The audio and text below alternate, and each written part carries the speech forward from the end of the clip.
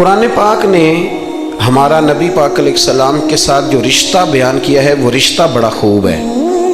کہا النبی اولا بالمؤمنین من انفسہم، فرمایا یہ نبی مومنوں کے جانوں سے بھی زیادہ قریب ہے.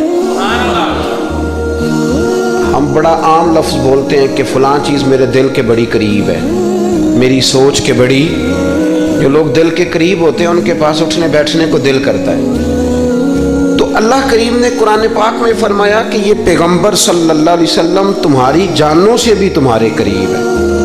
اور حضور نے وضاحت کر دی، نبی پاک نے وضاحت کر دی. حضور نے فرمایا لا یؤمن احدکم حتی اکون احب الیہ من والدہ وولدہ والناس اجمعین، او کما قال نبی صلی اللہ علیہ وسلم. فرمایا تم میں سے کوئی اتنی دیر تک مومن ہو ہی نہیں سکتا جب تک ہر چیز سے بڑھ کر مجھ سے پیار نہ کرے. ایک مثال دے لوں، بات آسان ہو جائے گی.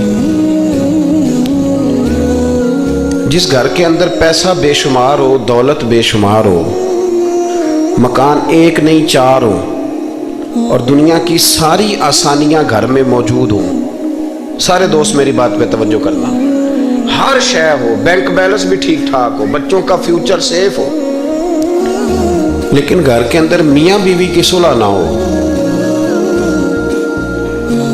بچے کہتے ہیں گھر میں ہر چیز ہے پر امی اور ابا کا جھگڑا ہر وقت جاری رہتا ہے، وہ گھر صحیح چلتا ہے؟ آپ نے بولنا اس لیے نہیں کہ یہ باتیں لوگ، یہ گھر کے اندر کی باتیں ہیں نا. حالانکہ پاکستان کا تجزیہ یہ ہے کہ 95% میاں بیوی کے حالات ٹھیک نہیں. پاکستان یہ سرکاری اعداد و شمار ہے، 95% گھروں میں اختلاف رائے.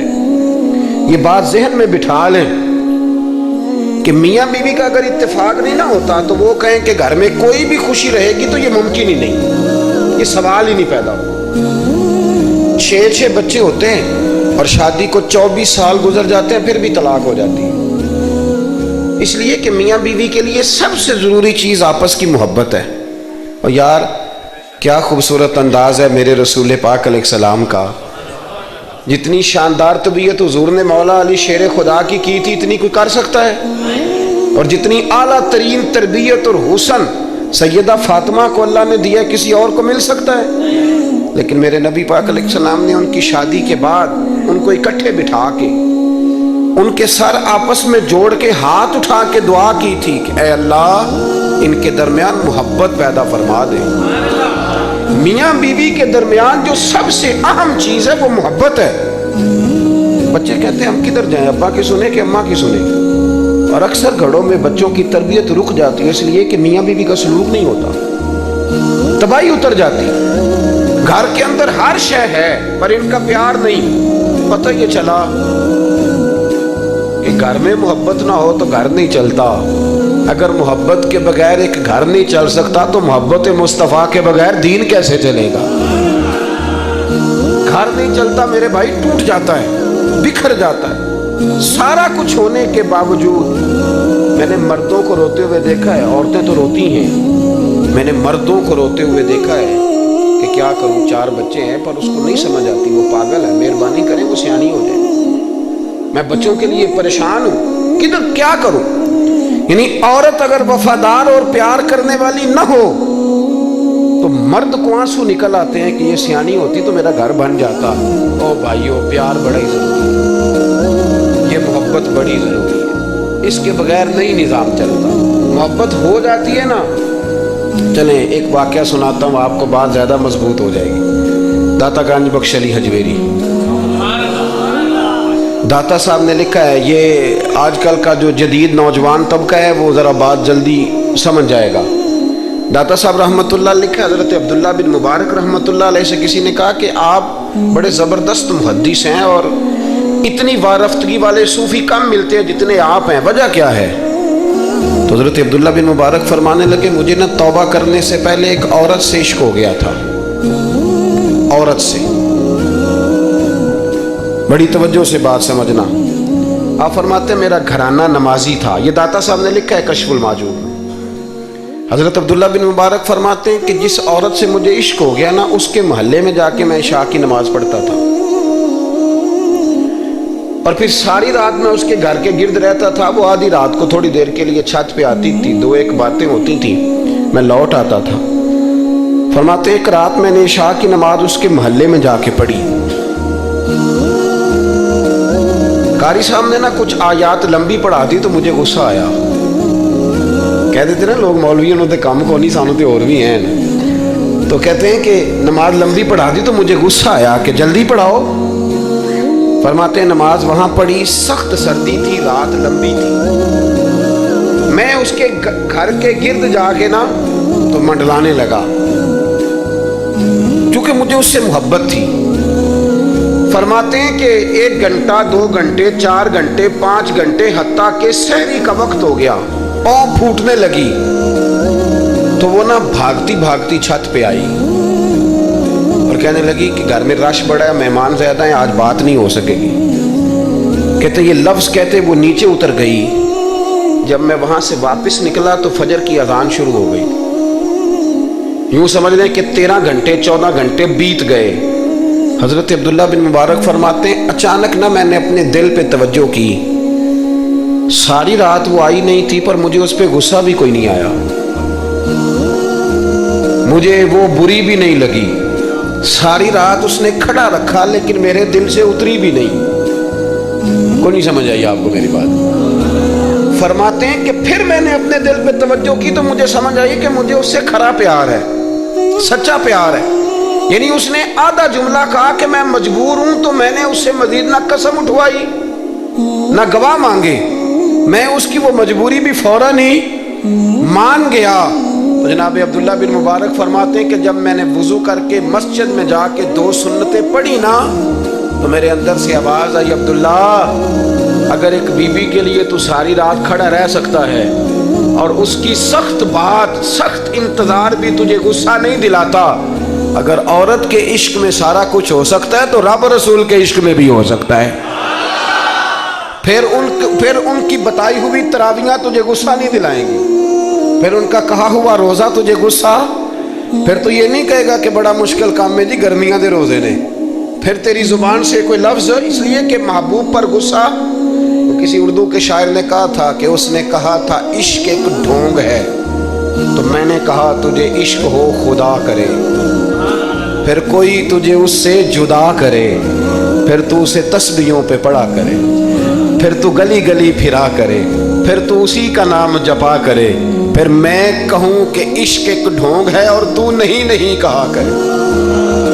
ایک صاحب نے مجھے ایک دفعہ فون کیا, ہمارے سنگی ہیں, وکیل ہیں, بیوی ان کی پروفیسر ہیں. کہنے لگے جی آپ کے ایک بزرگ نے کہا ہے کہ صحابہ نبی پاک صلی اللہ علیہ وسلم کا بول مبارک پیشاب مبارک پی جاتے تھے. لوگوں کو بڑی جلدی ٹینشن ہونے لگ جاتی ہے ان چیزوں کی, بڑی جلدی. اس رستے کے مسافر نہیں نہ ہوتے, اس رستے کے مسافر نہیں. انہوں نے کہا جی کہ صحابہ حضور کا لعاب دہن اپنے چہرے پہ مال لیتے تھے, ناک سے ریٹھ نکالتے تھے تو مال لیتے تھے. یہ کیسے ہو سکتا ہے؟ میں نے ان سے کہا کہ تمہاری عقل میں بات نہیں آئے گی, تمہارا شعبہ نہیں نا, تمہارا یہ شعبہ.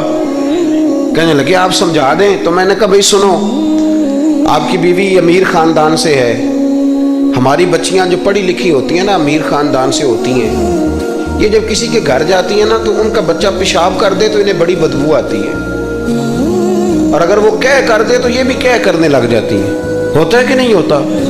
اور گھر آ کے کہتی ہیں وہ بڑے جاہل ہیں, صفائی نہیں کرتے, بچے نے ادھر ہی پیشاب کیا ہوا تھا, میں تو جو کھا کے گئی تھی وہ بھی باہر آ گیا. کہنے لگے جی بالکل یہ بھی ایسے ہی کرتی تھی. تو میں نے کہا جب اس بچی کا جو بڑا ناک چڑھاتی ہے, جب اس کی اپنی شادی ہو جائے, اپنا بچہ ہو جائے اور بچہ بالوں میں پیشاب کرے, پھر بھی کیا آتی ہے؟ کیوں؟ اس لیے کہ اپنا بچہ ہے.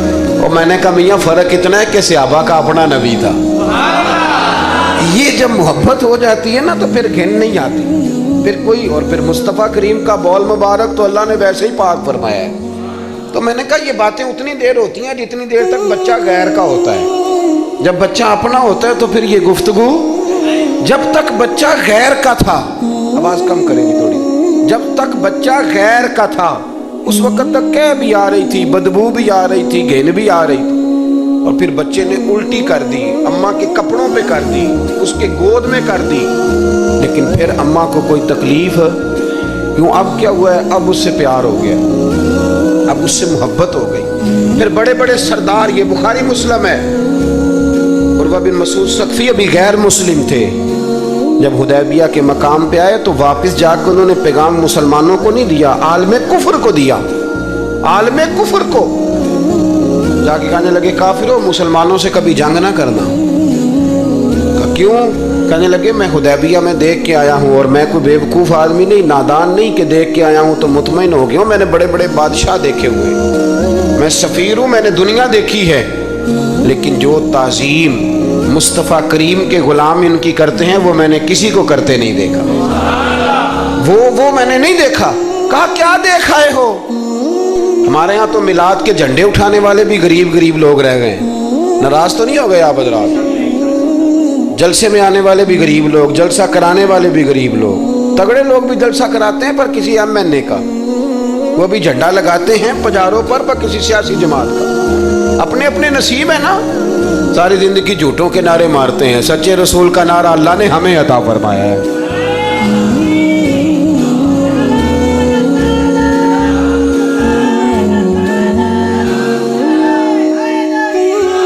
مقام توجہ، اللہ آپ کو سنیں۔ عروہ بن مسعود کہنے لگے کہ ان سے جنگ نہ کرنا۔ کیوں؟ کہنے لگے یار میں نے بھی زمانہ دیکھا ہے پر میں عجیب ہی نظام دیکھ کے آیا ہوں کہ نبی پاک صلی اللہ تعالی وسلم نے وضو کیا ہے، کلی کے لیے پانی منہ میں ڈالا، اور جب وہ پانی واپس نکلا ہے نا تو میں نے دیکھا ہے صحابہ نے ہاتھ آگے کر دیے، اور عروہ کہنے لگا یہ سارے غریب لوگ نہیں تھے، ان میں بلال حبشی جیسے غریب بھی تھے اور عبد الرحمن ابن عوف جیسے سیٹھ بھی تھے، اور میں نے دیکھا ہے کہ جب نبی پاک علیہ السلام نے رینٹ مبارک نکالی ہے تو میں نے ابو بکر صدیق جیسے دانشوروں کو لائن میں کھڑے دیکھا ہے، میں نے عمر فاروق رضی اللہ تعالیٰ عنہ جیسے مضبوط اعصاب کے لوگ، مضبوط قوت فیصلہ رکھنے والے، ان لوگوں کو میں نے لائنوں میں کھڑے دیکھا ہے، اور میں نے علی المرتضیٰ جیسے شیر کو لائن میں کھڑے دیکھا ہے۔ میں شیروں کو دیکھ کے آیا ہوں جو لائنوں میں کھڑے ہیں، اور خواہش یہ ہے کہ حضور کی کلی کے پانی کا ایک قطرہ مل جائے، قطرہ۔ اور یار میں نے عجیب رنگ دیکھا ہے، عجیب۔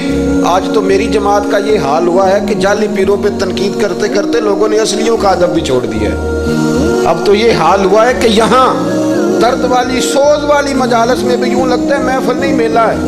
کہاں گئے آنسو، کہاں گیا درد، کہاں گیا ادب، کہاں گیا سوز، کہاں گئی وہ کیفیات؟ عروہ بن مسعود کہنے لگے خبردار ان سے جنگ نہ کرنا، اس لیے کہ جو اپنے مصطفیٰ سے اتنا پیار کرتے ہیں وہ دین کا جھنڈا کبھی زمین پہ نہیں گرنے دیں گے۔ آپ لوگ اپنی اپنی جگہ پہ بیٹھیں جی، اب پیسے لے کے نہ آئیے گا۔ اور ایک مسئلہ شرعی اور یاد رکھ لیں، بات سامنے آ گئی، کبھی کسی نعت خواں کو پیسے دینے ہوں تو نابالغ بچے کے ہاتھ کبھی نہ بھیجیں، یہ جائز ہی نہیں شرعن۔ پتہ ہے آپ کو مسئلے کا؟ نابالغ بچہ کوئی چیز کسی کو دے تو اس سے لینا جائز ہی نہیں، وہ خوشی سے بھی دے تب بھی لینا جائز نہیں، جب تک وہ بالغ نہیں تب تک وہ دے سکتا ہی نہیں۔ اس مسئلے کو ہمیشہ ذہن کے اندر رکھیں۔ سمجھ آ رہی ہے میری بات کی؟ نہیں کوئی نہیں، آپ نے سمجھا نہیں بات کو، سمجھتے تو ہاں نہ کرتے۔ نابالغ بچے کو کبھی پیسے دے کے نہیں اٹھائیں، اس لیے کہ جائز نہیں اس کے ہاتھوں سے لینا، جائز نہیں۔ ورنہ مولانا دیدار علی شاہ صاحب رحمۃ اللہ علیہ اعلیٰ حضرت کے خلیفہ تھے، وہ کہتے مجھے کئی دفعہ میرے یاروں نے کہا تھا کہ اعلیٰ حضرت سے ملنے چلے، تو میں کہتا تھا میں خود سید ہوں، خود عالم ہوں، میں کیوں جاؤں کسی کے پاس۔ کہتا جس دن پہلے دن گیا نا تو ایک چھوٹا طالب علم کنویں پہ پانی نکال کے وضو کر رہا تھا، میں نے کنویں سے پانی میں نے سمجھا کہ ڈیوٹی، آپ کو پتہ نا بڑی مصیبت ہوتی ہے طالب علموں کے حصے میں آئی ہوئی، سارے کام ان بیچاروں نہیں کرنے ہوتے ہیں، یعنی قدموں کے نیچے فرشتوں نے پارے بچھائے ہوتے ہیں اور کندھے کے اوپر کمیٹی والوں نے قربانی کی کھال رکھی ہوتی ہے، یہ طالب علموں کا عشر ہوتا ہے۔ تو وہ طالب علم بیچارہ پانی نکالا ہوا تھا، اس نے، سید صاحب کہتے ہیں میں وضو کرنے لگا نا تو طالب علم کہنے لگا بابا جی پوچھ تو لو، پانی تو میرا ہے۔